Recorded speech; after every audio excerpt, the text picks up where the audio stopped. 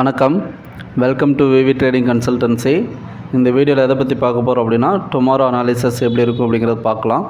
அதாவது ப்ரீவியஸாக நம்ம சொல்லியிருந்தோம் 8th டேட்டுக்காக தான், அதாவது இன்னைய டேட்டுக்கான ஸ்கிரிப்ட் சொல்லியிருந்தோம்.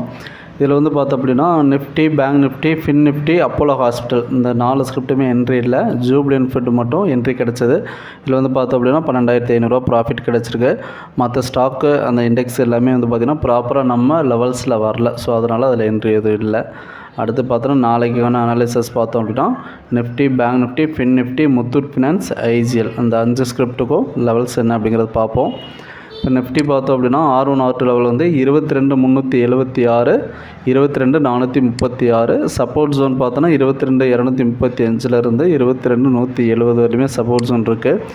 நிஃப்டி வந்து பார்த்தோம் அப்படின்னா எகைன் ப்ரீவியஸ் இருக்க ஹை வந்து 22,495க்கு மேலே ஒரு 15 மினிட்ஸ் ட்ரேடிங் இருந்தது அப்படின்னா மேலே ஒரு 100 பாயிண்ட் ஏறுறதுக்கான சான்சஸ் இருக்குது. வெயிட் பண்ணி பார்ப்போம். அடுத்து பார்த்தோன்னா பேங்க் நிஃப்டியோட R1 R2 லெவல் பார்த்தோன்னா 48,475லேருந்து 48,749. S1 ரேஞ்ச் வந்து 47,642.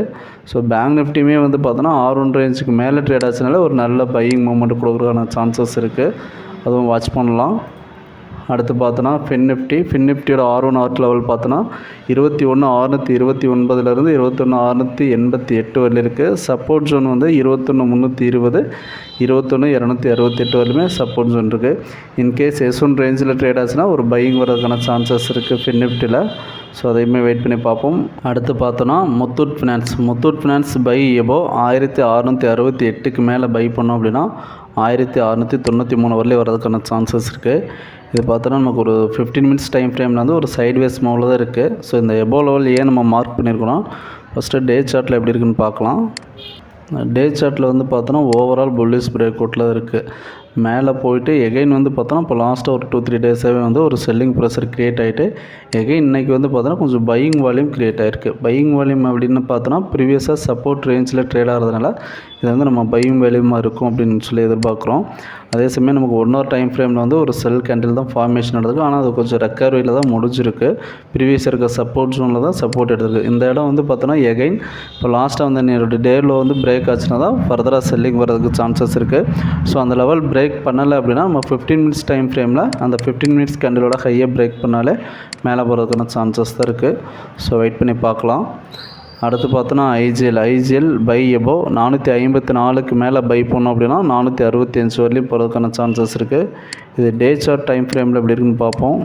டே சார்ட்டில் வந்து பார்த்தோன்னா ப்ரீவியஸ் இருக்க சப்போர்ட் ஜோனில் நல்ல பையிங் வால்யூம் நடந்திருக்கு. அதே சமயம் புல்லிஷ் என்கல்ஃபிங் பேட்டர்னும் நடந்திருக்கு. இது நல்ல பெரிய மூவ் போகிறதுக்கான சான்சஸ் இருக்குது. நல்ல ஒரு பையிங் தான். ஸோ இது பொசிஷனலாகவே நல்ல மூவிங் கிடைக்கிறதுக்கு சான்ஸ் இருக்குது. இன்ட்ராடே லெவல் பார்த்தோம் அப்படின்னா 465 வரலையும் ஒரு 10 பாயிண்ட்ஸ் வரலையும் நம்ம மேலே டார்கெட்டுக்கு எதிர்பார்க்கலாம். ஸோ இப்போ பார்த்தோன்னா அந்த 5 ஸ்கிரிப்ட்டுக்குமே லெவல்ஸ் சொல்லியிருக்கோம். ஸ்டாப் லாஸ் டார்கெட் வேணும் அப்படின்னா லைவ் மார்க்கெட்டில் பிங் பண்ணுங்கள், இல்லைனா கால் பண்ணுங்கள்.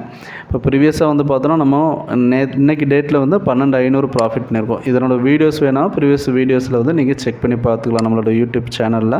We are not a SEBI registered technical analyst. நாம் கொடுத்துருக்க technical levels only for educational பர்பஸ்க்காக மட்டும்தான். தேங்க்ஸ் ஃபார் வாட்சிங். நம்மளோட சர்வீசஸ் பார்த்தோம் அப்படின்னா ஸ்டாக் மார்க்கெட்டில் எப்படி ட்ரேட் பண்ணணும் அப்படிங்கிற கோர்ஸ் எடுத்து கொடுத்துட்ருக்கோம். நீடட் இருக்கிறவங்க இந்த வீடியோ எண்டில் வர நம்பருக்கு கால் பண்ணுங்கள், இல்லைனா பிங் பண்ணுங்கள். தேங்க்யூ.